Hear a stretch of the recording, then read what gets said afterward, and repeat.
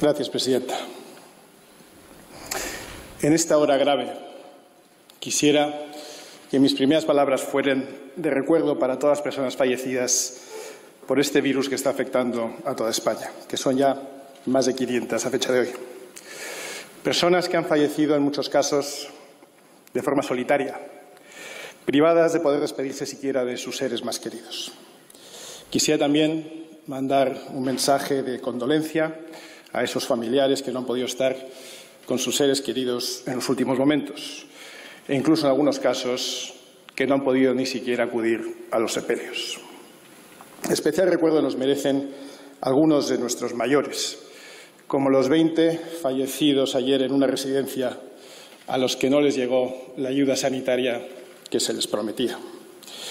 Creo importante recordar que todas las vidas son valiosas, especialmente en estos días en los que se le ha faltado respeto a nuestros mayores desde tantos ámbitos.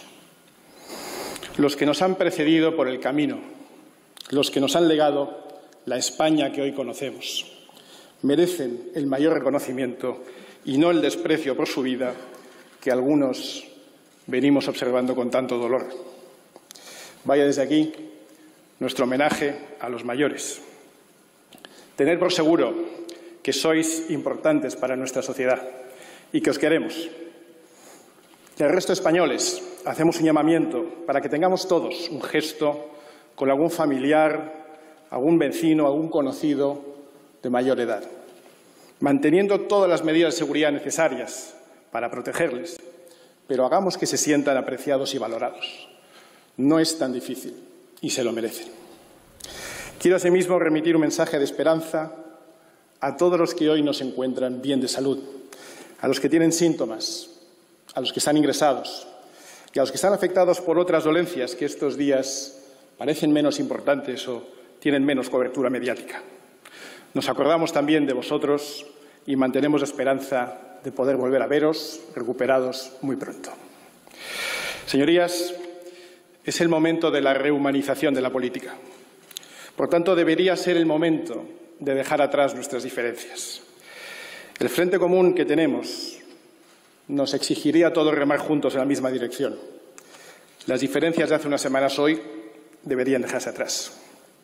Señor Sánchez, ahora lo importante es una situación que está golpeando sin piedad en nuestros hogares y en nuestra economía. Recuperar España es lo único de lo que tenemos que hablar y por eso es la prioridad de Vox. Así se lo trasladó personalmente nuestro presidente, Santiago Abascal. Le ha ofrecido su apoyo para que podamos luchar juntos contra el coronavirus sin ceder al chantaje de los que quieren mal a España. La mala noticia es que usted, con sus palabras, siga recurriendo a la ideología y renuncie a buscar esa unidad. El sesgo que he percibido es la falta de autocrítica. La buena noticia es que finalmente hayan adoptado ustedes tantas propuestas sensatas que hicimos en semanas anteriores. Era inevitable. El realismo se impone a la ideología por su propio peso. No queremos recordar ahora lo que se nos llamó cuando propusimos desde el principio cerrar nuestras fronteras, recuperar el control y la unidad de toda España en detrimento de las 17 divisiones, aprovechar la experiencia y la preparación de nuestras Fuerzas Armadas, centralizar la sanidad o convertir a España en un país euroexigente para demandar de la Unión Europea el apoyo que merecemos. Lo importante es que finalmente ustedes lo han hecho y más vale tarde que nunca. Es verdad que nosotros nos adelantamos con muchas propuestas y preguntas parlamentarias, aun cuando ustedes nos condujeron a todos a pensar que la crisis era menor de lo que realmente sería. Vox lleva desde el 29 de enero trabajando para conocer la verdad sobre el COVID-19. Hicimos 38 preguntas parlamentarias y 3 PNLs antes del 10 de marzo. Qué lástima que no hicieran ustedes caso, por ejemplo, de la pregunta de este grupo parlamentario sobre la falta de transposición de protocolos de la protección de la Organización Mundial de la Salud para profesionales sanitarios. Fue hace 49 días.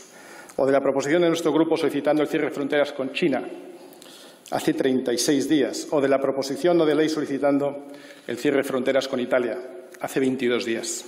Ni tampoco de la proposición que presentamos pidiendo el control de aeropuertos para aquellos ciudadanos nacionales o extranjeros que circulaban libremente por los países con casos verificados. Eso fue hace 20 días. Pero, como digo, lo importante es que lo han hecho finalmente todo, aunque sea ahora. Porque lo importante ahora, efectivamente, es acabar con el virus. Eso lo han entendido millones de españoles, sobre los que, como tantas veces, ha recaído una responsabilidad que no es suya. Españoles que están siguiendo un comportamiento ejemplar, aislados en sus casas. Han dejado empleos, obligaciones y negocios que tardarán en recuperarse. Esos españoles se merecen ejemplaridad por parte de sus gobernantes. Se merecen que sus gobernantes dejen la contemplación y pasen a la acción.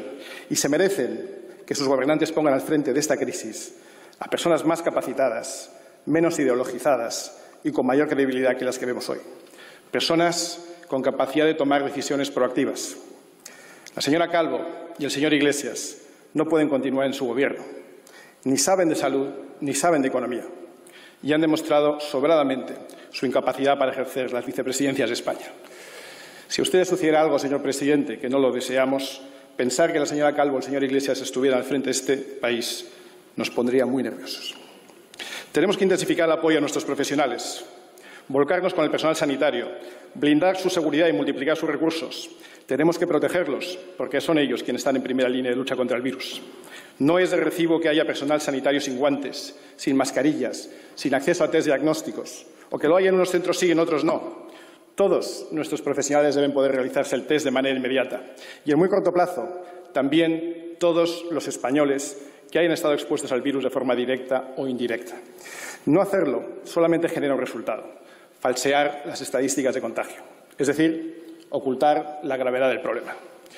Pero ocultar la gravedad del problema impide precisamente poner los medios necesarios para resolverlo correctamente. Por cierto, que eso tiene además una consecuencia secundaria de la que quizá no sean ustedes conscientes. La tasa de mortalidad de este virus se mide por el número de fallecidos dividido por el número de casos confirmados. Si ustedes se hacen trampas al solitario reduciendo el denominador de ese cociente, que es el de los casos confirmados, pero no pueden ocultar el numerador, que es el de los fallecidos por el virus, les sale una tasa de mortalidad más elevada que la real. No sé si me sigue. Eso nos deja en muy mal lugar comparativamente ante el mundo exterior, como habrá podido comprobar en la prensa extranjera estos días, lo que le faltaba a España. Por todo ello, apoyamos la centralización de la sanidad y la movilización del personal y los recursos. También debe dotarse de modo inmediato a la Guardia Civil, Policía Nacional, a las policías autonómicas y locales de medidas de protección individual suficientes y adecuadas. Hay que hablar con nuestra industria, urge ya, para instarles a fabricar más respiradores y garantizarles que el Gobierno les comprará todos los que puedan fabricar. Hay que movilizar a todos los liberados sindicales de los servicios esenciales para que se reincorporen a sus puestos y colaboren con sus compañeros. Hay que atenuar todo lo posible los perjuicios económicos y sociales de esta emergencia sanitaria.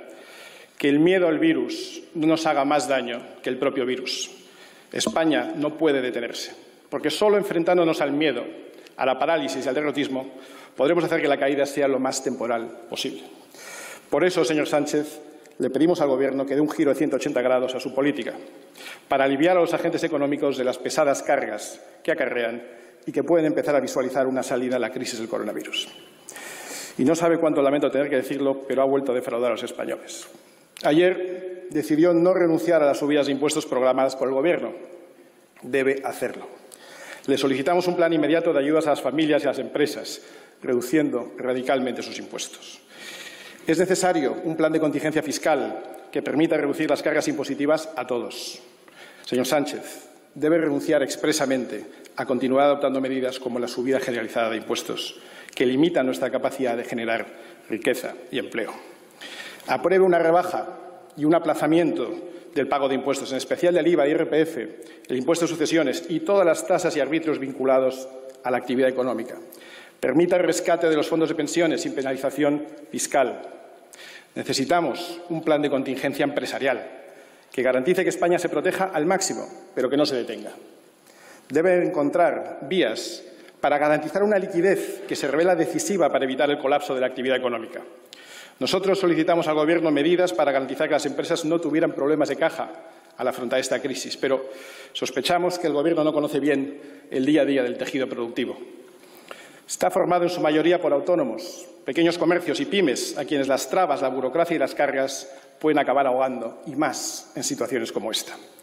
El sector público es absolutamente necesario para contener el golpe, pero será el sector privado el que nos permita recuperarnos cuanto antes. Y lo hará volviendo a crear riqueza, y lo hará si le permitimos que el camino esté más despejado. Los autónomos, las pymes y sus trabajadores necesitan unas medidas más pegadas a sus necesidades reales.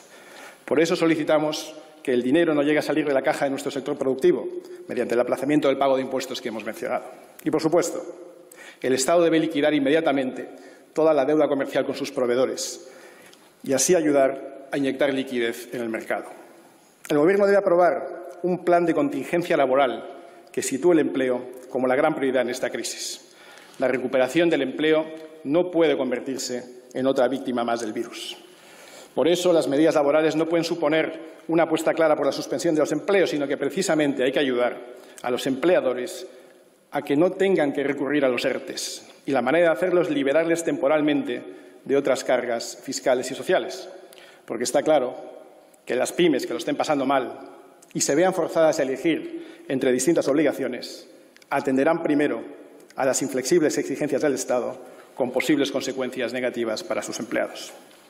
Hay que ayudar para que el despido, incluso el temporal, sea el último recurso en situación de crisis. Por eso debemos poner el foco en procurar el mantenimiento del empleo a una costa de posponer el cumplimiento de otras obligaciones con el Estado. Y en aquellos casos en los que el ERTE sea inevitable, automatizar y agilizar la respuesta del Estado de forma que los trabajadores no queden desprotegidos durante 45 días, sin sueldo y sin prestación por desempleo, sino que tengan garantizado al menos uno de los dos desde el primer momento. Por eso le propusimos lo que le piden los autónomos, que mientras dure la pandemia se suspenda el pago de sus cotizaciones, una bonificación del 100% de los costes de alta y cotizaciones sociales para contratación definitiva y del 50% para contratación temporal de nuevos empleos. Y, en cualquier caso, el aplazamiento generalizado del pago de impuestos y cuotas de seguridad social. Y para financiar todo esto, España necesita un plan de contingencia de contención del gasto público innecesario. La crisis va a requerir un mayor gasto en algunas partidas. Vamos a tener que gastar más, eso seguro. Pero vamos a seguir manteniendo el Gobierno más caro de la historia. Todas las partidas no esenciales, las que no contribuyan a derrotar el virus o sus consecuencias, deben paralizarse. Por supuesto, también todas las subvenciones a partidos políticos, a sindicatos y a organizaciones empresariales. Necesitamos también un plan de contingencia que permita la defensa de los activos nacionales. Estamos a favor de medidas tendentes a impulsar que las entidades españolas en sectores estratégicos permanezcan en manos nacionales. Y mientras dure esta situación crítica, insistiremos en la prohibición de los abusos de quienes tratan de aprovecharse de esta crisis con posiciones bajistas en el mercado de valores. Agradecemos a la CNMV que nos haya hecho caso. Las circunstancias excepcionales requieren precisamente respuestas excepcionales y en momentos como este nadie debe hacer negocio de la ruina de los españoles. Pero todos estos planes no serán posibles si no contamos con la unidad de todas las fuerzas. Sin unidad no hay confianza. Una confianza seriamente dañada por la infame disposición adicional segunda del Real Decreto que aprobaron ustedes ayer. Pero de eso, que es bastante grave, hablaremos más adelante. Señor Sánchez, recupere la cordura. Céntrese en proteger a los españoles, que lo están dando todo por sacar adelante España. Únase a nosotros cuando damos las gracias a los destinatarios de los aplausos que a diario escuchamos en ventanas y balcones de toda España, a los profesionales del sector sanitario público y privado que están teniendo un comportamiento valiente, heroico y patriota. Yo desde aquí quiero hacer un reconocimiento público y darles las gracias, como se las damos a todos nuestros trabajadores que se esfuerzan por servir a España desde los más diversos puestos. Y para concluir, si antes he hablado de nuestros mayores, quiero acabar con un llamamiento a nuestros jóvenes. Ahora que tenéis un poco más de tiempo, quizás sería un buen momento para escuchar un poco más a los abuelos, para aprender de la mejor generación, aprender de ellos cómo han sacado fuerzas para superar momentos duros, cómo fue la posguerra, para escuchar de primera mano cómo han practicado eso que ahora llamamos resiliencia y que ellos llamaban simplemente la vida misma, para tomar conciencia de cómo han vivido tantos años con renuncias, con escasez, con generosidad, sin egocentrismos, de reflexionar con ellos sobre el valor de la familia, de la unión, de la nación, de la tolerancia y el respeto, de redescubrir de nuestros mayores cómo fue posible la concordia tras años de enfrentamiento. y de cómo esos valores forjaron una gran España donde antes había ruinas. Y en el homenaje a nuestros mayores está la promesa a nuestros jóvenes. Nosotros hoy, en el Congreso de los Diputados, nos comprometemos a mostrar esa fuerza y a liderar aprendiendo a nuestros mayores a las generaciones más jóvenes. Les prometemos que tendrán un futuro, que no escatimaremos ningún esfuerzo en sacarles adelante. Y dentro de unos años debemos poder mirar a los ojos a nuestros hijos y explicarles con orgullo que en España hubo una generación que cuando fue golpeada por esta crisis tuvo fuerza. La misma fuerza que tuvieron nuestros padres y los padres de nuestros padres. Que cuando los ánimos flaqueaban, tuvimos espíritu para superarlo. Que cuando cayeron los nuestros, tuvimos coraje y no desánimo. Por eso hoy, centrados en lo que nos une, les prometemos futuro y esperanza. Porque nuestros jóvenes hoy ven su futuro con incertidumbre, pero tienen un gran asidero. Son parte de una gran cadena a la que pueden aferrarse, porque forman parte de algo más grande de lo que son cada uno individualmente. Y no es una comunidad, es mucho más que eso. Fuimos, somos y seremos una nación fuerte, la nación española. Muchas gracias.